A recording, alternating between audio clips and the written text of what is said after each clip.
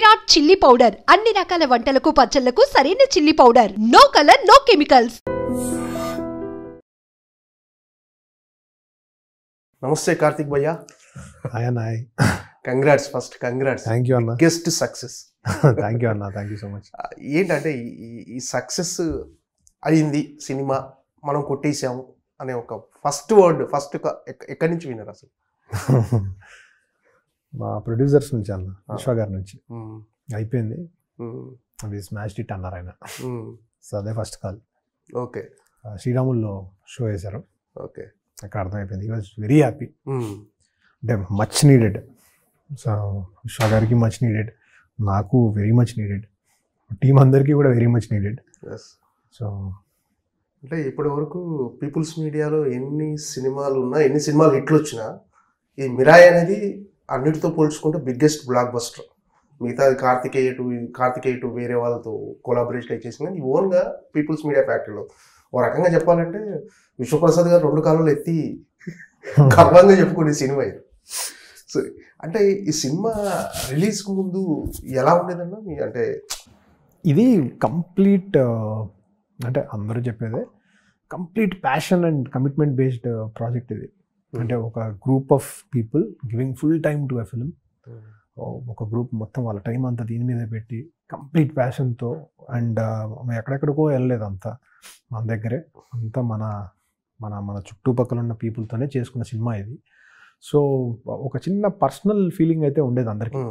Cinema చేస్తున్నప్పుడు ఉండేది, అది ట్రైలర్ రూపంలో వచ్చినప్పుడు ఉండేది, రిలీజ్ అయ్యాక కూడా అది ట్రాన్స్లేట్ అయింది, అది ఎఫర్ట్ రూపంలో ఏదో రూపంలోనో. అంటే ఎన్నాళ్ళ నుంచో వెయిట్ చేస్తారు సక్సెస్ కోసం, ఇలాంటి కమర్షియల్ సక్సెస్ కోసం. యాజ్ ఎ సినిమాటోగ్రాఫర్గా కానీ, డైరెక్టర్గా కానీ మీకు ఫస్ట్ సినిమా కానీ, ఈగల్ సినిమాకి కానీ అప్లాజ్ వచ్చింది. బట్ మీరు అనుకున్న కమర్షియల్ సక్సెస్ ఈ సినిమాతో వచ్చింది. వినగానే ఏమనిపించింది? అంటే ఏమన్నా ఎమోషనల్ అయ్యారా? ఏం లేదండి యాక్చువల్లీ. అంటే నేను మేబీ 12 yearsగా సినిమాల్లోనే ఉన్నాను కదండి. సో ఐఎమ్ ఓకే, సెటిల్డ్గా ఉన్నారు. ఐఎమ్ సెటిల్డ్గానే ఉన్నాను. నాకేమి వెరీ హ్యాపీ, రిలీవ్డ్ అని చెప్పొచ్చండి. ఇది మచ్ నీడెడ్. ఆప్షన్ అయితే లేదు, ఫెయిల్యూర్ అనే ఆప్షన్ లేదు. ఓకే. సో అది దాటేసామనే హ్యాపీనెస్ ఉంది తప్ప ఇంకా దీని మీద ఏం చేయాలి అనే ఒక క్వశ్చన్ మార్క్లో ఆగిపోయాను నేను. అంటే ఈ సక్సెస్ అనేది రావటానికి మెయిన్ రీజన్ ఏంటి అనుకుంటున్నారు? ఇంత పెద్ద సక్సెస్ అంటే మీ హార్డ్ వర్కా, కథనా, కంటెంటా, ఏంటి అసలు? మీరు చెప్పేది ఏంటి అసలు ఈ సక్సెస్కు ప్రధాన కారణం? అంటే మీరు ఇది ఏంటి? ఖచ్చితంగా కథలో ఉన్న ఎలిమెంట్సే. అవి కనెక్ట్ అయితేనే ఈ పైన ఉండే ఇవన్నీ, ఇదంతా పైన ఆర్నమెంట్స్ లాగా ఇవి. సో ఎక్కడో కథనంలో మన రూట్స్, మన ఇతిహాసాలు, మన మైథాలజీలు అన్నీ లింక్ చేసి చేసుకుంటూ వచ్చాం. అంటే చందమామ కథలాగా, మనకు తెలిసిన కథలాగా, చిన్నపిల్లల నుంచి పెద్దవాళ్ళు చూసేలాగా అవన్నీ చేసుకుంటూ వచ్చాం కదండి. అది మేజర్ థింగ్. రెండోది ఏంటంటే సినిమా తీసిన ప్రాసెస్ ఏంటంటే ఉన్న ఒక రిసోర్స్, తక్కువ ఉన్న బడ్జెట్స్లో హెవీ స్కిల్తో చేసిన ప్రాజెక్ట్ ఇది. అంటే చాలామంది స్కిల్. సో వాళ్ళందరి స్కిల్స్, వాళ్ళందరి కాంట్రిబ్యూషన్స్ వల్ల కొంచెం నేను బాగా కనిపిస్తున్నాను. బట్ ఇదంతా ఈ మొత్తం టీమ్ కాంట్రిబ్యూషన్. ఈ సినిమా మాత్రం రిలాక్స్ అయినట్టేనా ఇప్పుడు? అయిపోయింది, వెరీ రిలీవ్డ్. ఓకే. నిద్రపోయారా? నెలలో 2 నెలల నుంచి నిద్ర లేకుండా వచ్చి. అవునవును. ఇప్పుడు లాస్ట్ 3-4 daysగా పర్లేదండి. కొంచెం ఇప్పుడు ఏంటంటే ఫోన్ కాల్, ఈ హ్యాపీ మెసేజ్ల వల్ల నిద్ర డిస్టర్బ్ అవుతుంది తప్ప, బట్ అది లేకపోయినా కూడా నిద్ర పట్టదేమో అండి ఇప్పుడు. అంటే ఇంతకుముందు పని ఒత్తిడి వల్ల నిద్ర పట్టలేదు, ఇప్పుడు ఆనందంతో నిద్ర పట్టదేమో. అంతే, కరెక్ట్ అండి. ఓకే. అంటే అసలు ఈ సినిమా విషయంలో మీరు అనుకున్న బిగ్గెస్ట్ ప్రెజర్ ఏంటి అసలు? ప్రెషర్ ఎవ్రీ సీక్వెన్స్లో ఏదో ఒక కొత్త మ్యాజిక్, ఒక కొత్త ఎలిమెంట్, ఒక ఇతిహాస ఎలిమెంట్, ఒక తెలియని మ్యాజిక్ పెట్టుకుంటూ వచ్చాము. వాటిని ఖచ్చితంగా ట్రాన్స్లేట్ చేయగలమా స్క్రీన్ మీద అనే ఒక భయం ఉండేది, రైటింగ్ నుంచి స్క్రీన్ మీదకి. అండ్ ఇంకొకటి అది ఏంటంటే మామూలుగా ఒక సీన్ రాసుకున్న తర్వాత, తీసేసిన తర్వాత ఒక కాన్ఫిడెన్స్ వచ్చేస్తుంది. ఈ సినిమాకి ఏంటంటే తీసినా కూడా మళ్ళీ దాని మీద ఎఫెక్ట్స్ అయ్యో, విజువల్ ఎఫెక్ట్స్ అయ్యో అన్నీ వచ్చేంత వరకు మనకు అది ఇంపాక్ట్ఫుల్గా ఉందా లేదో తెలియదు. సో అది ఆల్మోస్ట్ 3 ఏళ్ళు ఆ యాంగ్జైటీ ఫీల్ అవ్వాల్సి వచ్చింది. వస్తుందా మనం అనుకుంది, వచ్చేస్తుందా అని. సో ఇది చాలా భయం భక్తితో చేసిన సినిమా ఇది, సింపుల్గా చెప్పాలంటే. సో సో ఎవ్రీ బ్లాక్, మీరు ఏదైతే కాంప్లికేటెడ్ బ్లాక్స్ మీరు చూసి ఈరోజు సినిమాలో బాగుంది అని ఫీల్ అవుతున్నారో అవన్నీ కూడా చాలా జాగ్రత్తగా ఒళ్ళు దగ్గర పెట్టుకొని చేసిన సీక్వెన్స్లే. అంటే అవి రీచ్ అవ్వడానికి అక్కడ దాకా. So it took time. Okay, ఈ సక్సెస్ కోసం అటువైపు ప్రొడ్యూసర్ కావచ్చు, తేజ సజ్జా కావచ్చు, మీరు కావచ్చు, మీకు కూడా అంటే అందరికీ కీలకమైన సక్సెస్ ఇది. అంటే ఈ సక్సెస్ తర్వాత అంటే మీ సక్సెస్ అమ్మా నాన్నకు కూడా చాలా కీలకం. సో అమ్మా నాన్నలు ఎలా ఫీల్ అయ్యారు, వాళ్ళు ఎలా షేర్ చేసుకున్నారు ఈ సక్సెస్? Very happy. మా నాన్న మెసేజ్ నాకు ఆయన వెరీ హ్యాపీ, ఈసారి అయిపోయింది, ఇంకా ఆడియన్స్ తీసుకెళ్ళిపోతారు ఓకే అనేది ఆయన ఫైనల్. ఇది డివైన్ బ్లెస్సింగ్స్ ఉన్నాయి ఈసారి, ఓకే అయిపోయింది అని. మా అమ్మ మెసేజ్ కూడా అదే. అలాగే మా వైఫ్ కూడా very very happy and proud. చూసారా అక్కడ తిరుపతిలో చూసారా సినిమా? ఆయన తిరుపతిలో చూసారు, మా నాన్నగారు ఒకటి తిరుపతిలో చూసారు. దర్శనానికి వెళ్ళాను, ఆయన పొద్దున్నే దర్శనం చేసేసుకొని వెళ్ళి చూసి వెరీ హ్యాపీగా ఫీల్ అయ్యారు. అంటే సూర్య వర్సెస్ సూర్య సినిమా తర్వాత అంటే మీ మొదటి సినిమా యాజ్ ఎ డైరెక్టర్గా సినిమా, ఆ సినిమా కమర్షియల్గా పక్కకు పెట్టేసిన ఒక డిఫరెంట్ సబ్జెక్ట్. అందులో కూడా సూర్య భగవానుడు ఉంటాడు. అది కూడా ఒక రకంగా డివోషనల్ టచ్ ఉన్న సినిమానే. యాజ్ ఎ డైరెక్టర్గా మీకు మంచి పేరు వచ్చింది, బట్ అది కమర్షియల్గా పెద్దగా పే చేయకపోవచ్చు. దాని తర్వాత మళ్ళీ ఈగల్ చేయడానికి 8 years తీసుకున్నారు. ఈ గ్యాప్లో ఎలా ఉండేదన్న మీ మానసిక ఆలోచన కానీ ఎలా ఉండేది? అంటే మళ్ళీ ఇంకొక సినిమా రావడానికి 8 years పట్టింది. లేదన్న, అంటే ఇమ్మీడియట్గా సినిమా చేయాలి అంటే ఆప్షన్స్ ఉండేవి అప్పుడు. బట్ ఎందుకో అనిపించింది కొంచెం కమర్షియలీ రకరకాల డైరెక్టర్స్తో వర్క్ చేయాలి అని అనిపించింది. సో అది కంటిన్యూ చేశాను ఒక నెక్స్ట్ 6-7 years. రకరకాల డైరెక్టర్స్తో ట్రావెల్ అవుతూ వచ్చాను. సో గాంధీ గారితో, కిషోర్ తరుణ్ గారితో, మా చందు గారితో, నెంబర్ ఆఫ్ డైరెక్టర్స్తో I work and all of it స్లోగా. ఇప్పుడు త్రినాథ్ గారితో ధమాకా అని, కార్తికేయ 2 అని, శివ గారితో నిన్ను కోరి అని, ఇట్లా ఇంతమందితో వర్క్ చేసుకుంటూ వచ్చాను కదండి. నాకు కూడా కొంత అర్థమవుతూ వచ్చింది, ఓకే బిజినెస్ ఎలా జరుగుతుంటుంది, సినిమా ఫైనలీ ఏం జరుగుతుంది, ఆడియన్స్ ఎలా రిసీవ్ చేసుకుంటున్నారు, ఏది ఏంటి, ఈ ప్రాసెస్ కొంత అర్థం చేసుకుంటూ వచ్చాను కొంచెం. ఎందుకంటే నేను వచ్చిన బ్యాక్గ్రౌండ్ కొంచెం టెక్నికల్ బ్యాక్గ్రౌండ్ నుంచి వచ్చాను కదండి. ఈ కమర్షియల్గా రూట్ చేయడము, కమర్షియల్గా హైస్ క్రియేట్ చేయాలంటే ఏంటి, ఎక్కడ హై ఎస్టాబ్లిష్ అవుతుంది, at the same time emotion ఎక్కడ పే ఆఫ్ అవుతుంది, కొంచెం మన కోర్ స్ట్రక్చర్స్కి ఇంటర్నేషనల్ కోర్ స్ట్రక్చర్స్కి చిన్న డిఫరెన్స్ ఉంది. అంటే స్టైల్స్లో వాటిలో అదంతా. ఇప్పుడు కమర్షియల్ సాంగ్స్ ఉంటాయి కొన్ని, అవి ఫస్ట్లో నేను షూట్ చేసేటప్పుడు చాలా ఇబ్బంది పడేవాడిని. స్లోగా నేను ఇప్పుడు అవి బాగా లైక్ చేసే పొజిషన్కి వచ్చాను. అంటే షూట్ చేయడం కానీ, అది వినడం కానీ, చూడడం కానీ, ఇప్పుడు నాకు అది వెరీ ఎగ్జైటింగ్ థింగ్స్. ఒక ప్రాసెస్ ఆర్క్ లాగా. ఓకే, అంటే ఈ ప్రాసెస్లో నేర్చుకున్నారు అంతే, నేర్చుకోవడమే ఇన్ని ఇయర్స్. ఈ గ్యాప్లో అంటే ఈగల్ కంటే ముందు 8 years గ్యాప్ ఉంది కదా, ఈ గ్యాప్లో ఎప్పుడన్నా ఎందుకు మనం సినిమాటోగ్రఫీగా కొనసాగుదాం, మళ్ళీ డైరెక్షన్ ఎందుకు అని ఎప్పుడన్నా డ్రాప్ అవుదాం అని ఆలోచన వచ్చింది అసలు? లేదు, ప్యారల్గా ఎప్పుడు ఇవి రాస్తూనే ఉన్నా. సినిమాటోగ్రఫీ నేను ఎప్పుడు ఎంజాయ్ చేశాను యాక్చువల్లీ. నాకు మోస్ట్ ఆఫ్ ద డైరెక్టర్స్ 95% అంటే ఆల్మోస్ట్ 10 మందితో పని చేసింటే 9 మందితో నేను వర్క్ ఎంజాయ్ చేశాను. ప్రశాంత్ గారితో ఆయన ఒక సినిమా చేశాను. సో డిఫరెంట్ సినిమాలు చేసే అవకాశం కూడా నాకు వచ్చింది యాక్చువల్లీ చెప్పాలంటే. కంపేర్ టు అదర్స్ నాకు ఆ ఫిల్మోగ్రఫీలో డిఫరెంట్గా చేసుకునే అవకాశాలు కూడా కంపారిటివ్లీ నాకు ఎక్కువే వచ్చాయి. నేను ఎప్పుడు ఎంజాయ్ చేశాను, ఆ ప్రాబ్లం ఏం లేదు. బట్ ఒక కథ చెప్దాము, ఆ కథని తీద్దాము అనే ఎగ్జైట్మెంట్ ఉంటుంది కదండి. ప్రతి సంవత్సరానికి మారిపోతూ ఉండేది. కొన్ని కథలు ఇది బాగుంది అనుకునేవాడిని, వేరే సినిమాలు వచ్చేసేవి.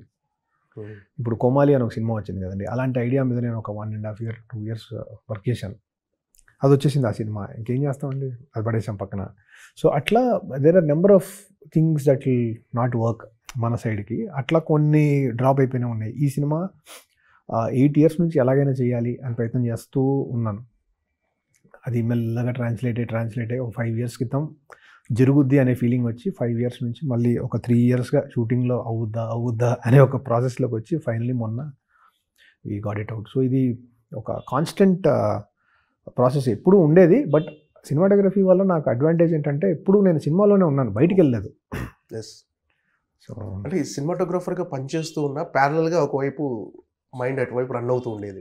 అంటే గ్యాప్స్ ఉంటాయి కదండి, గ్యాప్స్ ఉండేవి. షెడ్యూల్ గ్యాప్స్ ఉండేవి, వేరే హెడేక్స్ ఏమి ఉండేవి కాదు. హెడేక్స్ అని డైరెక్టర్లు పడతారు, నాకు ఓన్లీ షూట్ ఉంటే క్రియేటివ్గా పడతాను. ఆ తర్వాత పోస్ట్ ప్రొడక్షన్లో, డిఐలో, విఎఫ్ఎక్స్లో కొంత ఇన్వాల్వ్ అవుతాను. ఇవి దాటి నేను నా ఇన్వాల్వ్మెంట్ ఏం లేదు కాబట్టి నాకు కొంచెం స్మూత్గానే ఉండేది కంపేర్ టు డైరెక్టింగ్. మీరు అంటే సినిమాటోగ్రఫీ చేస్తున్నప్పుడు అంటే డైరెక్షన్ చేయాలనేది యాంబిషన్ ఏం లేదండి, స్టోరీ టెల్లింగే. ఇప్పుడు ఒక పర్టికులర్ టైప్ కథలు చెప్పాలి అని మనకు ఉంటుంది, అది చెప్పలేకపోతున్నాము అనే ఒక లోటు వల్ల చేద్దామనే వచ్చిన ఆలోచనే.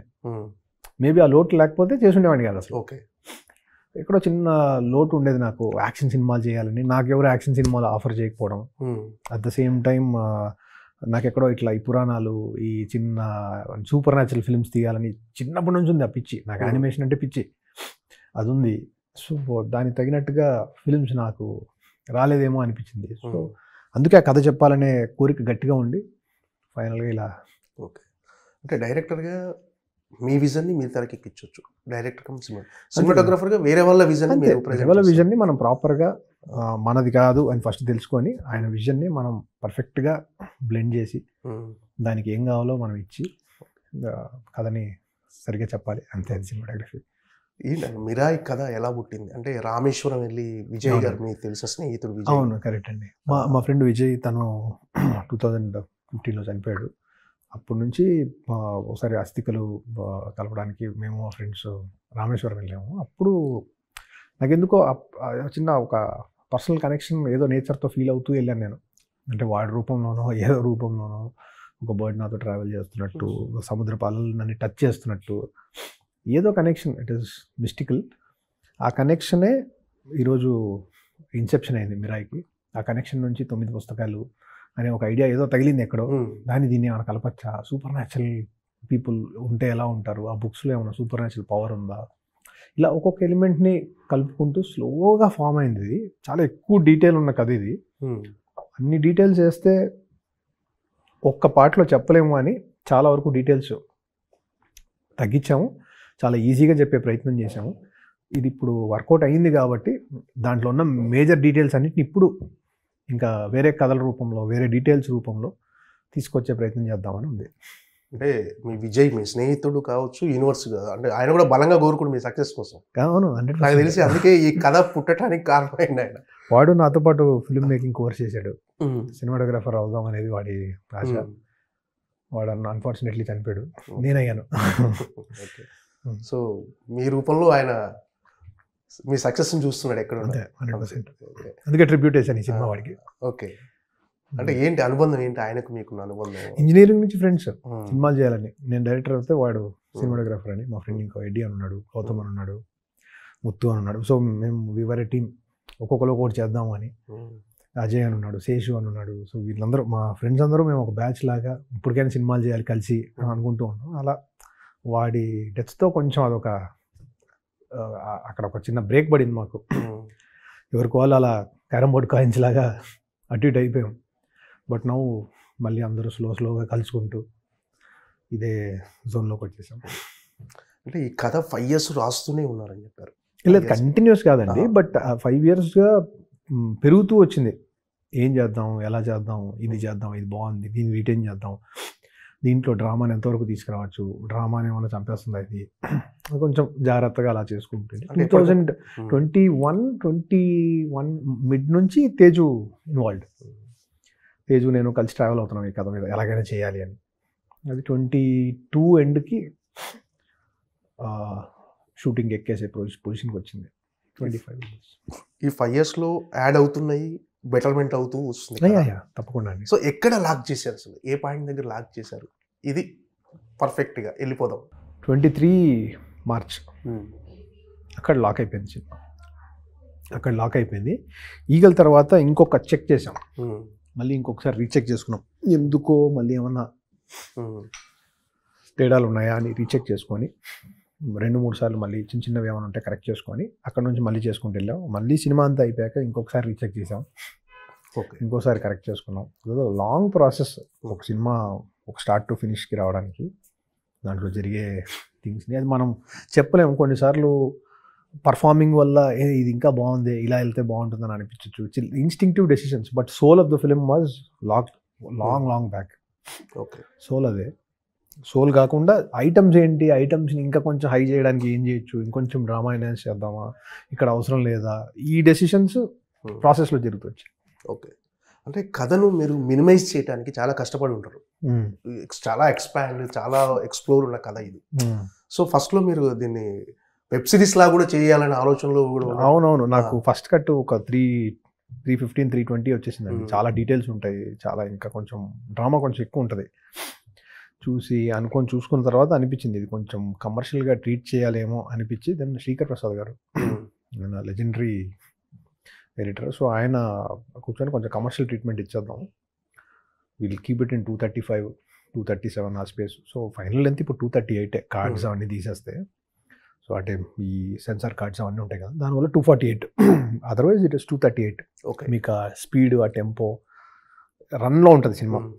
సో అది ఆయన వచ్చాక కొంచెం కూర్చొని కాన్షియస్గా తీసుకున్న డెసిషన్, అంటే ఎక్కువ మందిని రీచ్ అవ్వడానికి తీసుకున్న డెసిషన్. ఎందుకంటే కొన్నిసార్లు చెప్పలేము, కొన్నిసార్లు ఎవరు ఎక్కడ లాగ్లా ఫీల్ అవుతారో ఏమో మనకు తెలియదు. అంటే ఇది ఒక అడ్వెంచర్, థ్రిల్లర్, మైథలాజికల్స్ అన్నీ కలిసి ఉన్నాయి కథలో. ఓ రకంగా ఈ కథను డీల్ చేయడం అనేది కత్తి మీద సాము లాంటిది. ఎక్కడ కొంచెం ఇన్బ్యాలెన్స్ అయినా కూడా అంత కన్ఫ్యూజింగ్గా, కలగాపులగంగా అయిపోతుంది. కానీ మీరు మాత్రం చాలా స్ట్రైట్ నారేషన్, అరటిపండు ఒలిచినట్టుగా ఒలిచి చాలా క్లియర్గా చెప్తూ వెళ్ళిపోయారు. అంటే మొదటి నుంచి అలా చెప్దామని డిసైడ్ అయ్యారా? అంటే ప్రేక్షకుడు మైండ్కి అసలు ఏ మాత్రం పని పెట్టలేదు, స్ట్రైట్ నారేషన్, ఆ విజువల్స్ ఎక్స్పీరియన్స్ చేసే, అంటే ఏంది నెక్స్ట్ ఏం జరగబోతుంది అనేది తెలుసు, బట్ ఏంటంటే ఆ విజువల్స్ ఎక్స్పీరియన్స్ అవుతుంది. ఫస్ట్ కొంచెం స్క్రీన్ ప్లే కొంచెం ఇంట్రిక్ బిల్డ్ చేస్తూ ఒక్కొక్కటి థ్రెడ్ ఓపెన్ అవుతూ అలానే చేసాం. First screen play, first version ఒక 3 years 4 years back version. But అది ఎందుకో భయం వేసింది, కాంప్లికేట్ అవుతుంది ఇది అని. అక్కడ నుంచి దెన్ మళ్ళీ లీనియర్ నరేటివ్కి వచ్చేసాం. వెరీ లీనియర్గా స్ట్రైట్గా చెప్పేద్దాం, ఎక్స్పీరియన్స్ ఫీలింగే ఇద్దాం, ఇమర్సివ్ ఫీలింగ్ ఇద్దామని. దెన్ అది ఇన్ ద ప్రాసెస్లో తీసుకున్న కాల్ అది. సో అదే కదే దాన్ని ఒక్కొక్కటి లీనియర్గా ముందే ఓపెన్ చేసేద్దామని. సో ఎందుకంటే ఆల్రెడీ కొత్త ఎలిమెంట్స్ ఉన్నాయి, శబ్దాయుధాలు అంటున్నాం, కొత్త ఎలిమెంట్లు వస్తున్నాయి. మళ్ళీ ఈ ఎలిమెంట్స్ అన్నింటినీ తీసుకొచ్చి అక్కడక్కడ స్కాటర్ చేస్తే బాగా బొంబార్డింగ్గా ఉంటుంది అని భయంతో వద్దు, ఒక లీనియర్ నరేటివ్గా చెప్దాం, చందమామ కథలా చెప్పేద్దాం అని తీసుకున్నాం. That is the right decision for this film. అంటే కథకు అడ్డంకిగా ఉంటాయని పాటలు కూడా తీసేశారు. అంటే వైబుందలే సాంగ్ చాలా పెద్ద హిట్, కానీ అది కూడా లేదు థియేటర్. అంటే అది సాంగ్ షూట్ చేసినప్పుడే దాన్ని ఒక ప్రమోషనల్ సాంగ్ లానే ట్రీట్ చేసాం. సినిమాలో 100% పెట్టేద్దాము అనే ఇంటెన్షన్ లేదు, చూద్దాం అసలు ఏమవుద్దో, ఈ సాంగ్ ఒక ప్రమోషనల్ కాంటెంట్ ఉండాలి అని చాలా సింపుల్గానే తీసాం. దానికి హెవీ సెట్లు వేసి అలాంటివి ఏం చేయలేదు. మేము ఆల్రెడీ ఉన్న సెట్స్ని రీయూజ్ చేసుకొని చాలా సింపుల్గానే తీసుకున్నాం.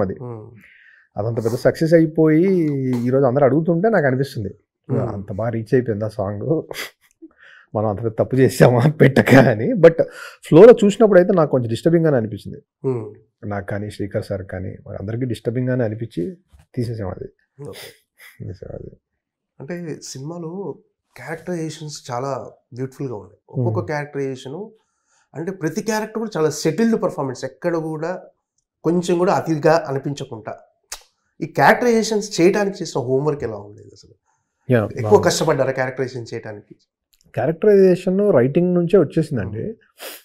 అట్ ద సేమ్ టైం ఇది కాన్స్టెంట్ ప్రాసెస్. రైటింగ్లో కొంత వీళ్ళు ఎలా ఉండాలి, ఎలా మాట్లాడచ్చు, ఎలా ఉంటుంది, వాళ్ళ బ్యాక్ స్టోరీ ఏమై ఉండొచ్చు అన్నీ రాసాం. అంటే పెద్ద ఎక్సర్సైజెస్ చేసాం ఒక్కొక్క క్యారెక్టర్కి.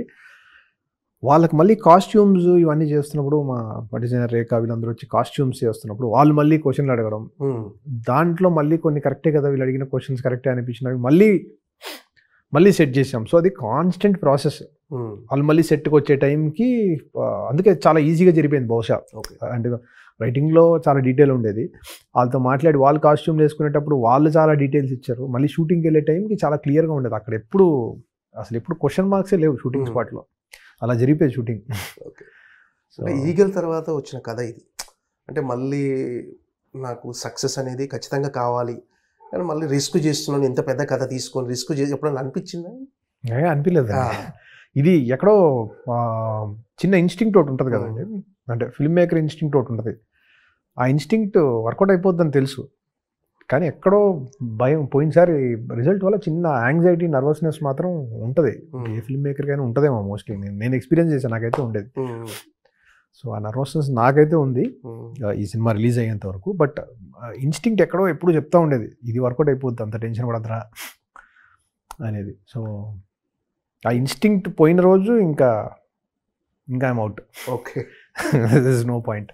అంటే ఈ సినిమా వేరే డైరెక్టర్ అయితే మీరు పెట్టిన బడ్జెట్కి డబల్ అయ్యేది అంటున్నారు. ఏంటి అంత ప్యాక్డ్గా ఎలా చేయగలిగారు? అంటే సినిమాటోగ్రఫర్గా మీకున్న ఎక్స్పీరియన్స్ ఎంతవరకు ఉపయోగపడింది?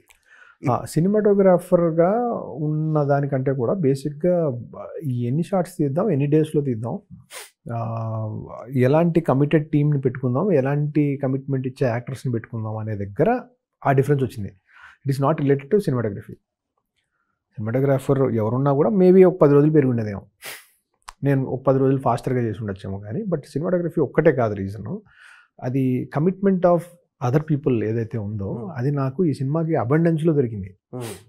అడిగిన దానికంటే ఎక్కువ ఇచ్చారు, అందరూ ఎక్కువ టైం పెట్టారు. ఇప్పుడు మా హీరో 3 ఏళ్ళు దీని మీద టైం పెట్టాడు, మనోజ్ అన్న చాలా టైం పెట్టాడు. సో అండ్ కాస్టింగ్ కూడా కరెక్ట్గా కూర్చుంది. ఇప్పుడు మనోజ్ అన్న యాక్షన్లో ఈజ్ వెరీ గుడ్, స్టంట్స్లో వాటిల్లో ఆయన ముందు కూడా ఆయనకి స్టంట్ మ్యాన్గా చేశాడు. ఆయన ఆల్మోస్ట్ టెక్నిక్ ఆఫ్ యాక్షన్ బాగా తెలుసు ఆయనకి. సో నాకు యాక్షన్ సీక్వెన్సెస్లో ఆయన ఎక్స్పీరియన్స్ ఉపయోగపడింది. అలాగే తేజు చాలా ట్రైన్ చేశాడు, థాయిలాండ్ వెళ్ళి అథ్లెటిక్ ఫిలిం రావడానికి, అట్ ద సేమ్ టైం చాలా ఫాస్ట్ పేస్డ్ యాక్షన్ అది రావడానికి. సో అన్నీ హెల్ప్ అయ్యి అలా కలిసి వచ్చాయి. అందుకే పవర్ ఆఫ్ బ్రహ్మాండ్. సో మామూలుగా విశ్వప్రసాద్ గారు అంటే బిగ్గెస్ట్ ప్రొడ్యూసర్, పెద్ద మెగా ఫిల్మ్ మేకర్గా చాలా బడ్జెట్ సినిమాలు చేస్తూ ఉంటాడు. అంతే ఇంత తక్కువ బడ్జెట్లో ఈ సినిమా చేయటం ఆయనకు చాలా హ్యాపీనెస్ ఇచ్చింది. సో ఈరోజు సక్సెస్ని కూడా ఆయన ఫుల్ ఎంజాయ్ చేస్తున్నాడు. వాట్ ఎవర్ సక్సెస్ మీద ఆయన ఎన్ని డబ్బులు వస్తాయి, ఎన్ని కోట్లు కలెక్ట్ చేసిన తర్వాత సంగతి, ఒక బ్యానర్కి ఒక బిగ్గెస్ట్ హిట్ ఇచ్చిన ఆ సాటిస్ఫాక్షన్ మీలో ఎంతవరకు ఉంది? సాటిస్ఫాక్షన్ కంటే కూడా అది రెస్పాన్సిబిలిటీ అండి. కొంచెంసారి ఇవ్వలేకపోయాం అనేది ఉంది, ఈసారి అది కంపెన్సేట్ అయింది అంతే.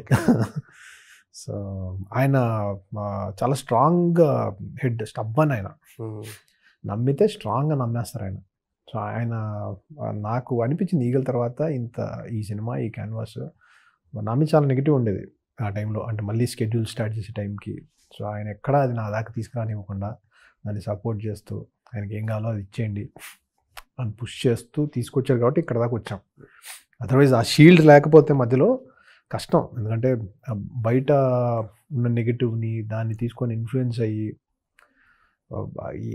ఎలాంటి డిస్టర్బెన్స్ అయినా తీసుకొచ్చేయచ్చు అంటే అవన్నీ ఏవి చేయలేదు ఆయన. So I strongly feel it is not a person who will fail, it is the material that might fail. So మెటీరియల్లో ఎక్కడో లోపం ఉండొచ్చు, కానీ పర్సన్ని ఎప్పుడైతే బయటికి తీసుకొచ్చి అంటారో అది కొంచెం ఇట్ ఎఫెక్ట్స్ ఎవ్రీబడి. దట్టు అంటే ఆయన ఈ మధ్య చాలా ఇంటర్వ్యూల్లో విశ్వప్రసాద్ గారు కొంచెం కంపెనీలో మిస్యూజ్ జరిగింది, చాలా ప్రక్షాళన చేసి చాలా డిపార్ట్మెంట్లో ఆయన ఒక రకంగా సెటరైట్ చేశాడు. చేసిన తర్వాత వచ్చిన ఫస్ట్ సినిమా మన ఇంటర్వ్యూలో కూడా చెప్పింది అదే, నేను గతంలో చేసిన పొరపాట్లన్నీ సరిదిద్దుకొని చేసిన ఫస్ట్ సినిమా మిరాయ్ అన్నాడు. సో అలాంటి సినిమానే సక్సెస్ అవ్వటం ఆయనలో నిజంగా కొన్ని ఆయన తీసుకొద్దామని అనుకున్న మార్పులకి నేను కూడా ఓపెన్ హార్ట్తో చెప్పాలంటే ముందు రెడీగా లేకుండే. బట్ కొన్ని ఆ ప్రాసెస్లో he took very right calls, అవి హెల్ప్ అయినాయి సినిమాకి. బడ్జెట్ లిమిటేషన్స్ ఏమైనా పెట్టేవారా? లిమిటేషన్స్ ఏం లేవండి, పెద్ద నెంబరే ఇది కంపారిటివ్లీ. కాకపోతే ఆ సినిమా ఎక్కువ అడుగుతుంది, ఇది చాలా రిస్క్తో కూడిన సినిమానే. ఓకే, ఇంత నెంబర్స్ కూడా with what we try to achieve, number మంచి నెంబరే, డీసెంట్ నెంబరే, it's not small number. But ఇంకా ఎక్కువ అడిగేది సినిమా, ఇంకా కావాలి, ఇంకా చేయండి, ఇంకా క్లైమాక్స్లో ఇంకా యుద్ధాలు చేసేద్దాం, ఇలాంటి ఫీలింగ్ వచ్చేది. చేయగలిగినంత వరకు అయినంత వరకు చేస్తూనే ఉన్నాం ఈ సినిమా. మిగతాది ఆడియన్స్ దేవుడు వాళ్ళకి వదిలేసాం. పాన్ ఇండియా రిలీజ్ అనేది ఒక ప్రెజర్ ఉండేనా? Pan India